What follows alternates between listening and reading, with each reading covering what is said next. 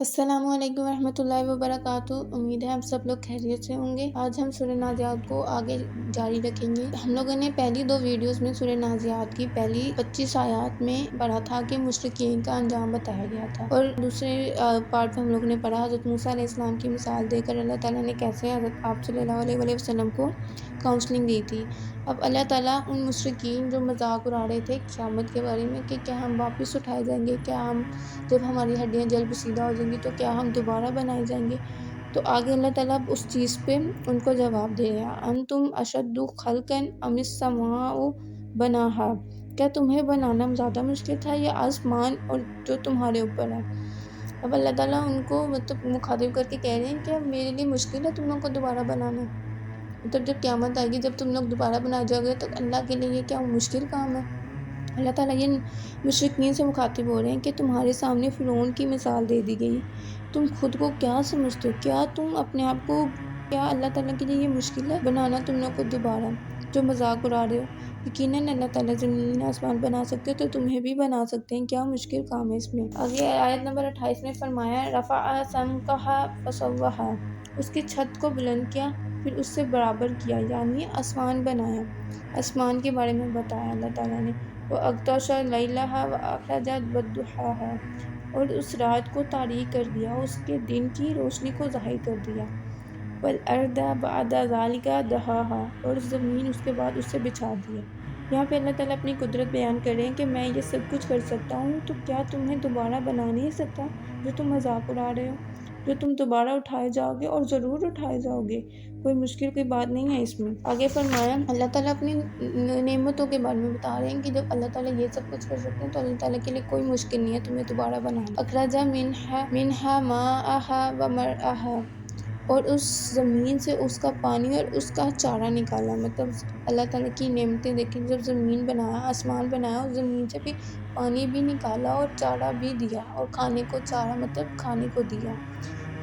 والجبال ارساہا، اور پہاڑ اس نے انہیں گاڑ دیا۔ متاعا لکم ولانعامکم، اور یہ کہا کہ تمہیں اور تمہارے مویشیوں کے لیے سامان ہے، استعمال کرو اس کو، سب تمہارے لیے مسخر کیا ہے، کھاؤ پیو، تمہارے لیے سب کچھ ہے، لیکن پھر بھی تم سرکشی کرتے ہو، پھر بھی تم اللہ تعالیٰ کی آیات کو جھٹلاتے ہو۔ اگر آج کل کے مسلمانوں کو بھی یہ دیکھ لیا جائے تو وہ بھی آج کل کے ایسے ہی ہیں، ان کو بھی یہ آیت ان کے لیے بھی ہے کہ جو دنیا کو اپنا سب کچھ سمجھتے ہیں، دنیا کی بھاگ دوڑ میں لگے ہوئے ہیں، تو وہ دیکھ لیں کہ اللہ قیامت کا دن آئے گا، اور قیامت کے دن جب تم لوگ کے پاس کچھ نہیں ہوگا پھر کیا کرو گے تم۔ فَإِذَا جَاءَتِ الطَّامَّةُ الْكُبْرىٰ، اور جب آ جائے گی طامۃ الکبریٰ یعنی قیامت آ جائے گی۔ کبریٰ بہت بڑی، اس چیز کو کہتے ہیں کہ بہت بڑی چیز ہو، یعنی جب قیامت کا دن آئے گا تو یہ تمہیں پوری طرح لپیٹ لے گی، اور تب یہ غم ہوگا کہ اب حساب ہوگا، مطلب قیامت کے دن آ گیا، اب سب دنیاوی ٹینشن ختم، سب کو اب جو چھوٹی موٹی ٹینشنیں تھا، جو بھی ٹینشنیں تھیں وہ سب کچھ ختم، اب صرف ایک غم،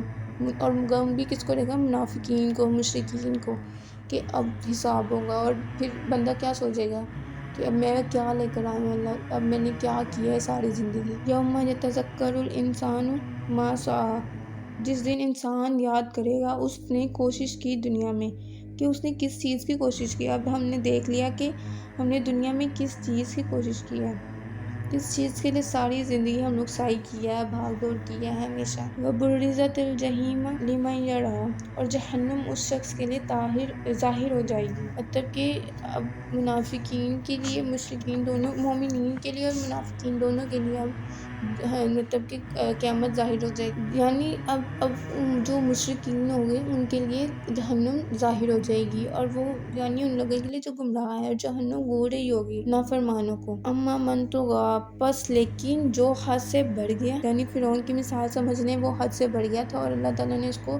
دنیا کے عذاب میں بھی پکڑ لیا، آخرت کے عذاب میں بھی پکڑ لیا۔ بس اگر تم نے حد سے بڑھ گئے تو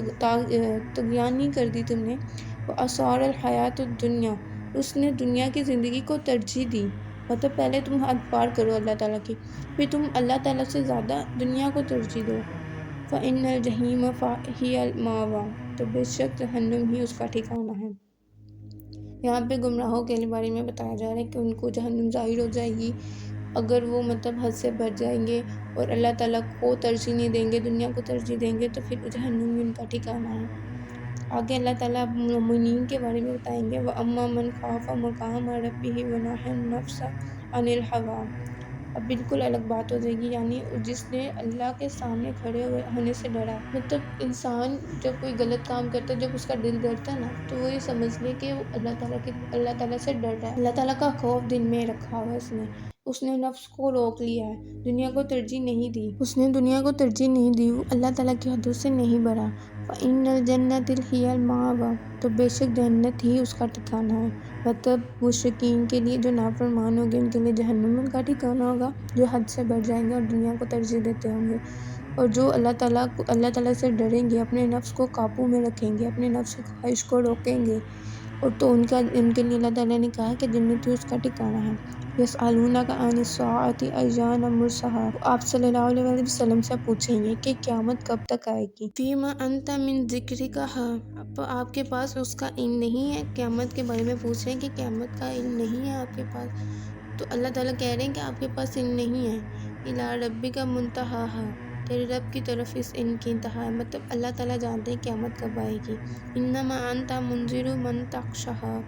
آپ کا کام صرف لوگوں کو آگاہ کرنا ہے، جو اللہ سے ڈرتا ہے۔ نبی کریم صلی اللہ علیہ